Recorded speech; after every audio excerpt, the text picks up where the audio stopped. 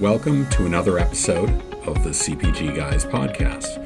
Our co-hosts, Sri Rajagopalan and Peter V.S. Bond, explore how brands and retailers engage with consumers online, in-store, and everywhere in between. And now, here are Sri and Peter. Hello, everyone, and welcome to the CPG Guys podcast. I'm PVSB, one of the aforementioned CPG Guys. I'm also the VP of Partner Strategy and Development at Fetch Rewards, a mobile loyalty platform. And as always, I'm joined on this educational journey about how brands and retailers engage consumers in a digitally forward world by my good friend, my ride or die, and a thought leader, hashtag SME. Yes, Sri, I used an acronym, so I got to stop right now and say SME, subject matter expert. He's an SME in the consumer packaged goods world. He's always curious, which I think makes him, by my standards, the ideal podcast partner. So please join me in welcoming the other CPG guy, the man known as Sri. Sri, what's up, brother? Where are you? You're not at home. Where are you? I'm not. I'm actually far away in California. You know, I moved recently, but I want to acknowledge something since I used the word California. For my ride or die, Mr. PVS Bond here, who's all beaming because the Dodgers have clinched a playoff spot. The Yankees are questionable with one of the hardest records in baseball left with 9 games to go in the season. And although the Dodgers have clinched a wild card spot, to be clear, they have not led the division. It's a wild card spot. They've got the second best record in baseball, despite all of that, and close to, 99 wins, Peter? So sounds like Dodgers might go all the way and like actually end up playing Houston, which might feel like a repeat of yesteryears. And then I'm going to ask, why does MLB even exist? But all that said, Peter, thank you. This is fun doing week over week. And to all our listeners, I want to call out and say a special thank you. In the last 30, 60 odd days, I've had a chance to meet many of you in person, various reasons why. Many of you have referred to the podcast. You shaped this podcast. You get to decide who comes, what we talk about. So thank you for that. Peter? Yeah, Sri, I was at grocery shop, this week, and I want to echo what you said. Someone came up to me and actually asked if she could hug me to thank me for what we had done in bringing her up to speed. She's only been in the CPG space 9 months, and she said that she credited us as being the primary source of information. So I am flattered beyond belief. It says what we're doing is resonating, and I know that makes you happy as much as it does me. Absolutely, Peter. And coming on a future episode of the CPG Guys, who's huggable, who's not? I think we have to have a hugging episode. Just kidding. That. Now, come on. I need to hug you. I haven't seen you in a long time, man. I need a hug. Has it been that long? It's been like 30 days, Peter. It feels like a year, Sri. You know the Dodgers are going to get at least a round or two in, so we're going to meet up. And you know that I already bought tickets to the first Dodgers home game in the NLCS. So it's on the text message series thread right here. I'm coming your way, brother. All right, enough of that. Before we get to our guest, I want to remind our audience that all of our content, we've got 130 plus episodes now. It's available on 40 platforms, over 100,000 downloads. There's so much more. In addition to that, you can find it by just visiting our website. It's pretty simple, cpgguys.com. And Sri, what do we charge for that? Nothing. Nada. Big nothing. It's free. It's free. And that free's good. Everyone can afford free. And if you're not already following us on LinkedIn, please just enter CPG Guys in the search box. And when you get there, click the follow button in the upper left. And that way you'll be able to follow all the content we're publishing on that platform. And again, it is all free. Sri, I don't know if you knew this. Amazon accounts for roughly half of all e-commerce sales taking place in the United States. Like half. That's like a lot. Like big time. And we've all heard countless stories of enterprising entrepreneurs who've made their fortune selling widgets of some kind through this incredibly powerful marketplace, right? What is it? Amazon millionaires and Amazon billionaires. That's what we want, Sri. That's what we had. If I were a billionaire, that'd be a good song. But what do these business people do when they want to scale beyond Amazon into other online and physical retail formats, right? Oftentimes, more often than not, they lack the skill and financial resources to move beyond their Amazon and direct-to-consumer digital storefronts. This is where a relatively new and quite celebrated class of operators come into play. Shri, FBA, another acronym. That's short for Fulfillment by Amazon. It describes brands that use Amazon Marketplace to sell and the powerful Amazon logistics solutions to fulfill their orders. FBA aggregators, ooh, that's the term, hashtag FBA aggregators, seek out these FBA businesses to acquire them and to scale them into even more powerful brands, okay? Why is this important? Because aggregators have access to a 300 billion plus growing market on Amazon. They typically themselves have already developed proven products and understand the online business model, how to comply with Amazon's very strict policies. How to win the buy box, that's really critical. How many times have you and I talked about winning the buy box, Shri, at Amazon? Like all the time. And Peter, right? It's the only way to get it right. If you can't win the buy box, you can't get the sale. End of story. I'm with you, brother.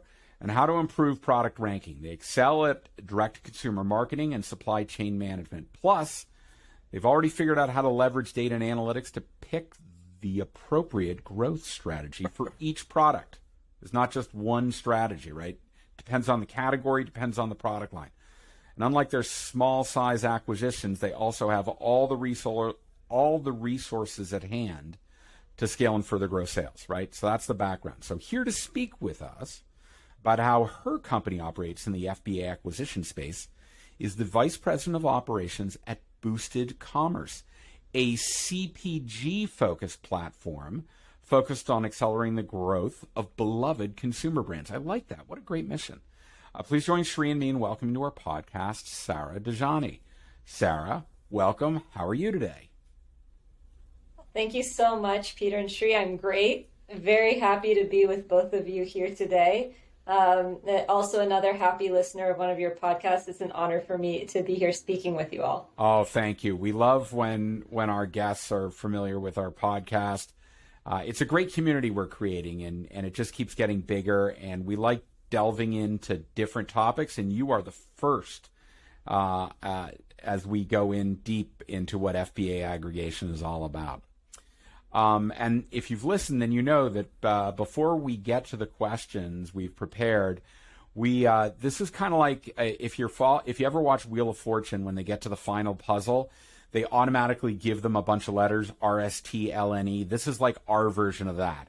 So before we get to the actual questions, can you tell us first where people can learn more about Boosted Commerce online? And would you give us a brief overview of what your responsibilities there and what you're doing?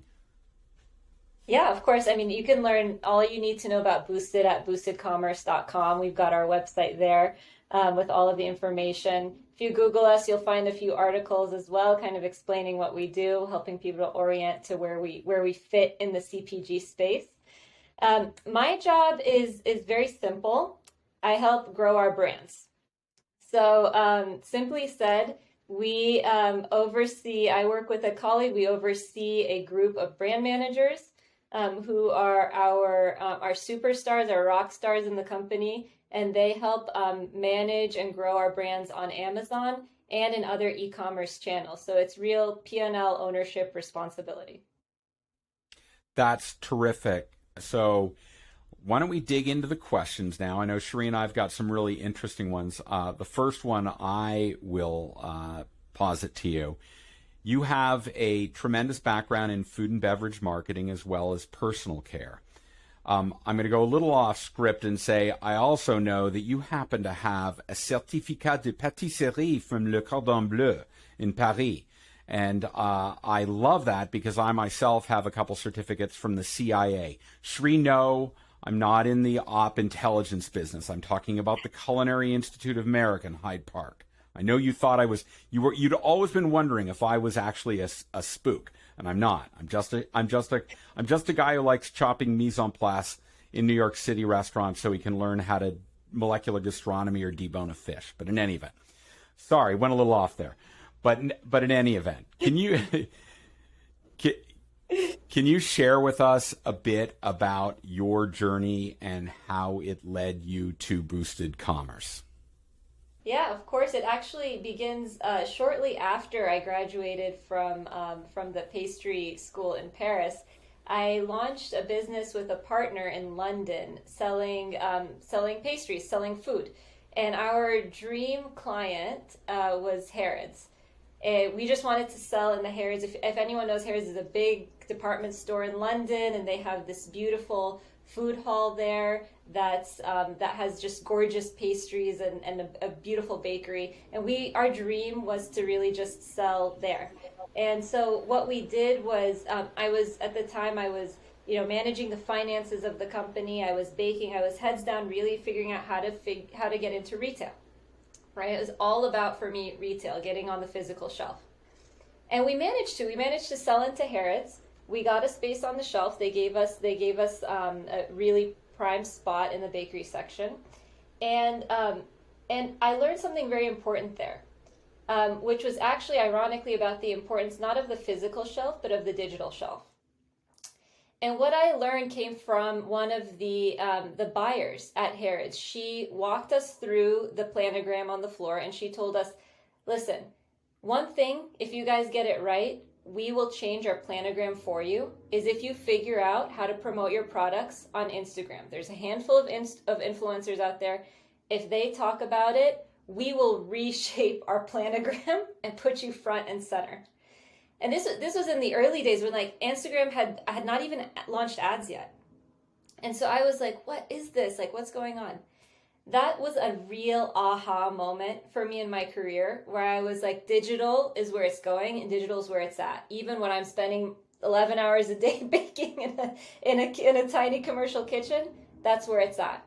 And so I really ended up focusing my career on learning the best of digital world, how to win on e-commerce. And that's really what brought me to Boosted. So I spent some time in traditional CPG after that, marketing, digital marketing as well. And then I got my hands on a few Amazon businesses, was able to manage and grow those.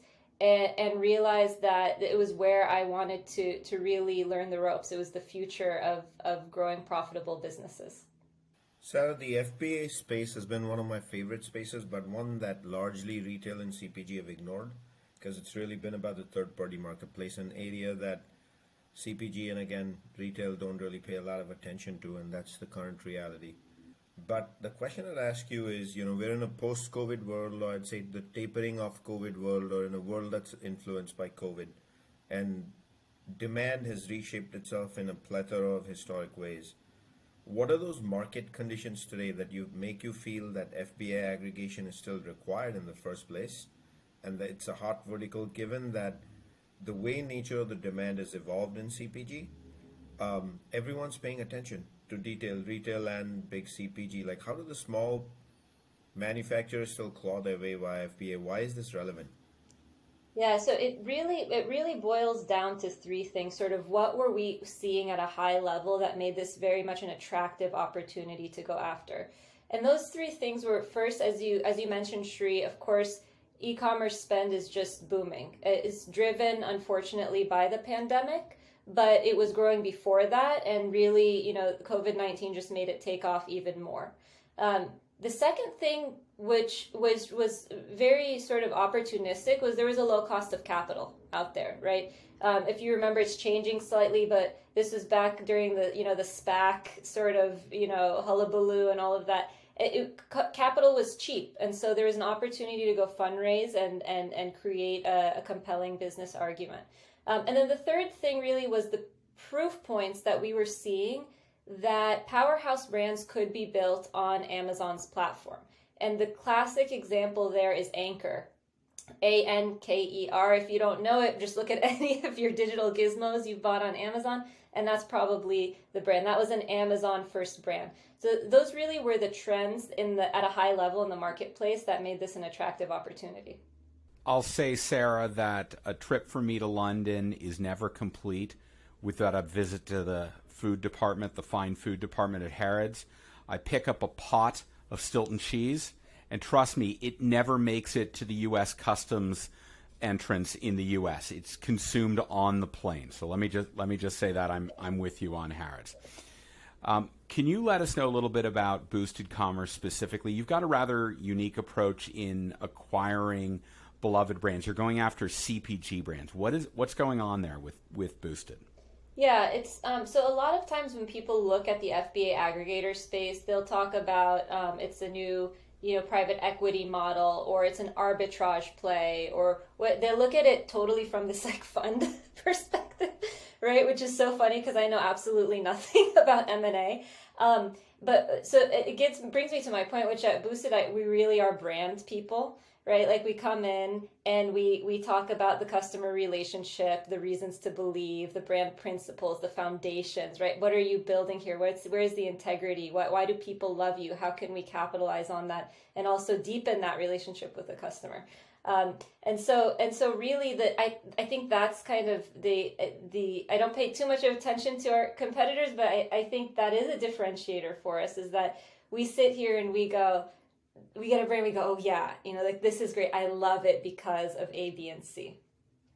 A reminder for all our audience that we're speaking to Sarah Dajani, VP of Operations at Boosted Commerce, a CPG focused FBA or a fulfillment by Amazon aggregator. Sarah, why is the CPG space, again, in this COVID-induced environment, such an interesting opportunity for acquisition? What's going on in the acquisition space? And when you're looking to build out this portfolio through these acquisitions, what exactly are you looking for? So it's really, what we're looking for right now is really looking for essentially businesses that have been built with the digital shelf first. And so if we take a step back, what do I mean by the digital shelf first? You said something earlier on, Shri, that I really agree with and I empathize with, which is when I was first at big CPG and even venture-backed startups, digital and e-com spend was really seen as incremental, right? It was not seen as the core source of revenue. And so it ends up flowing into, generally it's like two mentalities, right? If you're at big CPG, e-com spend and specifically Amazon was seen as like, that's where we could lose share. We don't want to lose share, right? And so if we don't want to lose share, let's spend on our branded keywords. Let's make sure that we defend our positions. It's not going to be profitable, but we've got to be there, so that's okay. Let's do it anyway. That's sort of one mentality that I experienced. The second mentality that I experienced was one of the venture-backed startup, D2C startup, where you get just like these VCs who pour money into you and they're looking only at top line growth and they don't care about bottom line, right? And that's changing now, but essentially they're like top line growth, grow. So then you go on Amazon and again, it's like, blow it out, but like don't pay too much attention to profitability. That's it. For anyone who cares about business, it's a very frustrating way to run your business because you are not driving profit. Profit. It sounds so basic, right? But like in these capital markets, it gets confusing. But profit is what drives all growth. So sort of bringing it back to your original question, what you get with these FBA entrepreneurs is you literally get CPG startups that are profitable from like month one. And it's crazy. And the profitability just grows and grows and grows and grows. And so when you get this opportunity of they all of a sudden get strapped, right? They don't have any capital, or they don't have the knowledge, or they don't have the whatever to go past that ceiling. You come in and you go, great, I'll use cash flow to fund growth. That's really what it is. It's quite simple, but it's remarkable how rare of an opportunity it is. And Sarah, in your mind, how do you determine what that ceiling is? It's really, it depends so much on the entrepreneur and their journey. And we've seen different founders with different mentalities. I mean, one of our founders, he's just a genius entrepreneur. He built his business, he grew it, and he's like, okay, I'm bored, I'm going to go start a brand somewhere else, right? So we say, okay, he's looking for a custodian, essentially. Can you take care of it? Can you grow it? He actually, this particular founder got a tattoo of the brand. After he sold it, he got his like brand logo tattooed on his arm. So it's like this like passionate guy, but he's just ready to move on to something else. The other one, we had a woman who just was just grew it as much as she could, and then she needed more capital, right? She couldn't keep up with like the cost of inventory and keeping a growing accounts payable on her books. She just couldn't deal with it. She didn't have the capital. She didn't want to go and fundraise, or as we all know, fundraising is a skill set, right? She didn't necessarily know how to go and fundraise, and so this was an opportunity for her to get some liquidity out of her business and give it to people who do have the capital. So we see all sorts of stories along that spectrum. Can I ask Peter a question? By all means. Your brand, CPG Guys, do you have a tattoo? I was about to say, Shri, Peter. we need to take it one level further. I'm thinking CPG Guys hot brand. Like you and I at the baseball game. We'll talk later. I know. Sarah's like, what did I get myself into? These guys are crazy. All right, Sarah, I want to know about matchmaking. And specifically, I know, sorry. But I want to understand, are the brands, so these brands that you're acquiring, are they finding their way to you? Are you finding them? And if you are, I assume that for the most part, you're seeking them out. I'd really like to kind of understand, what are the resources? Like, back in the day when we all used to go to conferences, I'd say, food, go to the Expo West, or maybe I use this data source. Like, what are kind of the things that help bring them to your attention and then allow you to investigate them a little deeper? It's a combination both of us trying to find them and then coming to us. There is a network out there of FBA sellers that are aware that there are people out there willing to purchase, and so they get organized and they come in through brokers or whatnot. But then we also have, of course, opportunities like being on high profile podcasts that get our name out there.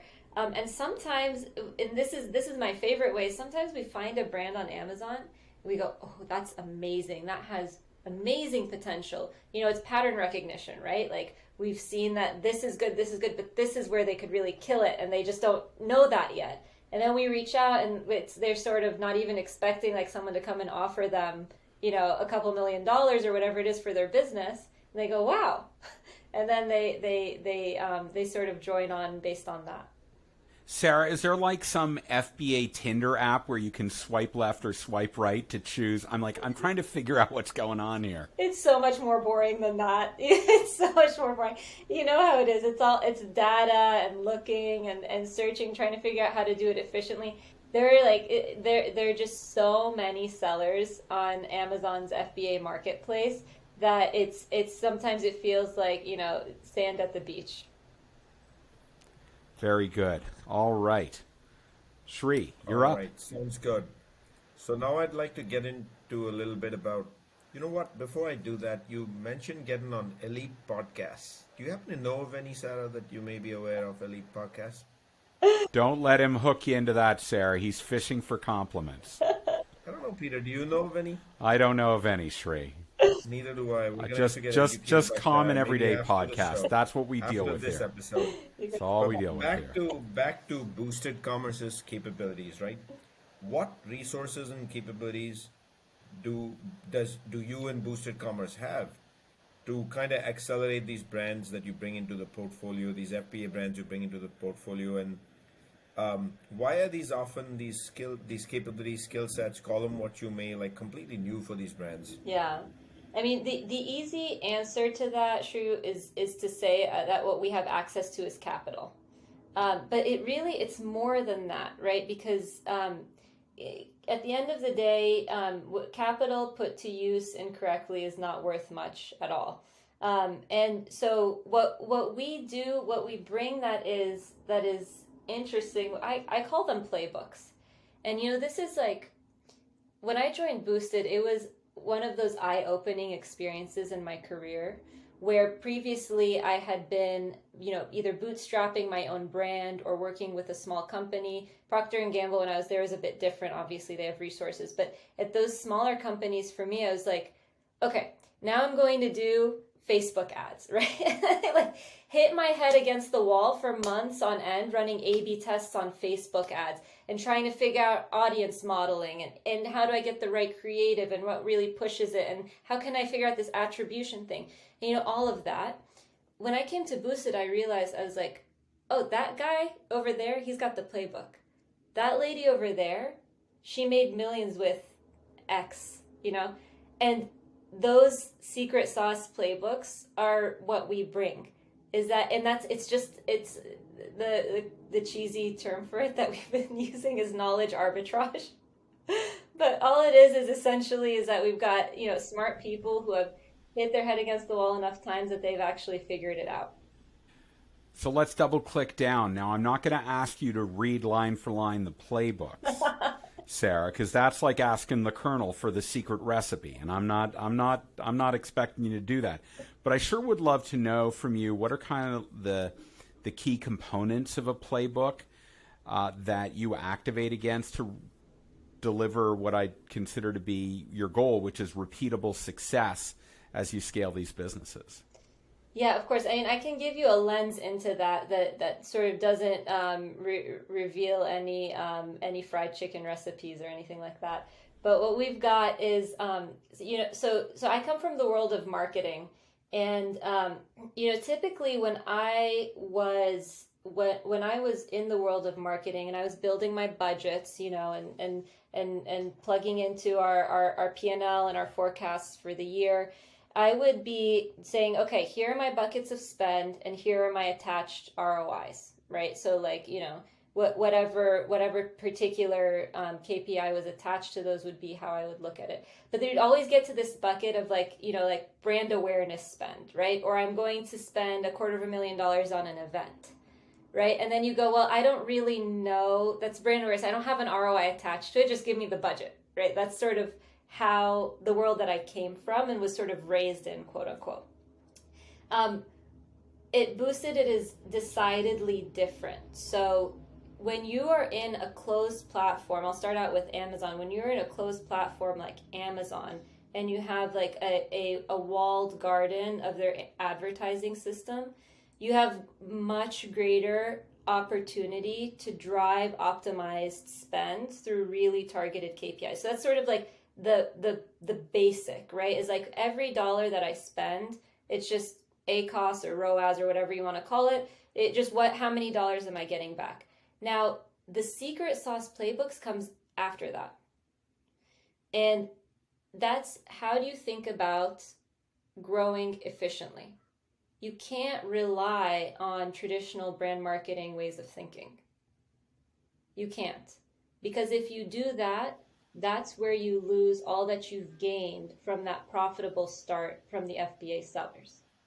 And then how do you solve that? That's like the super interesting part, which I can't share, but that's really what it comes down to. But I mean, at a high level, right? Like you end up thinking about it the same way. Customer acquisition cost as a ratio to customer lifetime value. Sarah, I wanted to really take a deeper dive on the playbook. Looks like we're going to have to do it outside this conversation, because to me, you started with, hey, ROAS is obvious, ROI is obvious, and then you said, hey, there are secret tips and tricks outside of those, whereas most people, that's what they focus on. And hopefully we can do that outside the show. But speaking of that very exact ROAS and ROI and outcomes and why you acquired, there's obviously a purpose behind any brand that you acquire that does FBA and then you scale it. Is the goal to actually build a sustainable portfolio that keeps giving, like cash flow and things of that nature? Or is it to build and sell to some other larger manufacturer? And larger manufacturers are always looking for digitally boosted, digitally enhanced products. And is that the goal? Like, what's the end state? Mm-hmm. It's such a great question. I think the end state is very much ambiguous because at some point, right, these things end up being opportunistic, right, as well. It's sort of like what happens, what can we get from this, what attention do we garner? But I can tell you that, like, obviously I have to do something, I have to have something in my mind to guide me day after day. What am I doing with my job? And for me, the goal is very simple, which is I take these brands that these entrepreneurs have poured their heart and soul into on Amazon, and I want them to see it on the shelf at like Walmart or Target. And every time we have that conversation with them, you can see them, they just get so excited. They go, oh, I didn't know that could happen to me. I never believed that. That's my goal. So for me, it is just about growing it. Let's get it to more people. If people love it on Amazon, I'm sure they'll love it elsewhere too. We all love that word growth, so not to worry. Yeah. I'll remind our audience that all of our content, as I said at the beginning of the episode, are podcast episodes in audio format on 40 plus platforms. Other content including links to our TikTok and Instagram and Twitter accounts. You can just go to cpgguys.com. You can find all of that. It's free, and if you get a chance, we are audience driven, which means that the conversations we have are driven by what our audience wants to explore. The best way to tell us is go to ratethispodcast.com/CPGguys, choose the Apple platform, leave us a review, and if you're there, maybe a rating. My favorite number is 5. I think Shri likes 5 too, but it's entirely up to you. Sarah, I want to thank you so much for joining us on this exploration today. You brought new light to a subject that we had not sufficiently explored, FBA aggregation. So great to learn about you and the role that Boosted Commerce is playing. Thank you for joining us. Thank you so much for having me. It was fun. And when we expand the CPG Guys podcast to do a series of instructional cooking videos, you and I are going to make a terrine together. So just get ready. Shri, wasn't this phenomenal? We dug into yet another topic that everybody's asking about, but I didn't completely understand how to go about doing it. And Sarah really broke it down wonderfully, didn't she? Sarah broke it down wonderfully for sure, and also touched upon a topic which is, again, largely ignored by retail and large CPG, right? So I think on the show, this is the first time we've truly taken a slightly, I would say, deeper dive into FBA and explored the why what of FBA. But I'm just disappointed, Peter, that y'all didn't invite me to the cooking party. I'm capable. Well, tell you what, Shri, whoever brings me back a pot of Stilton cheese from Harrods next time, yeah, you get to cook with me. That's just the deal.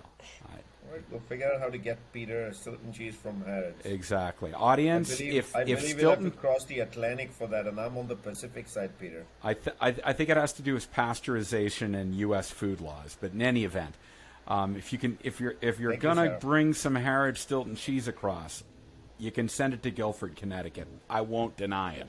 Anyhow, Shri, as always, thanks for joining me on this journey. Thank you, Peter. Yeah. So thanks to everyone for joining us on this terrific episode, and we look forward to speaking with you on the next episode of the CPG Guys podcast. Goodbye.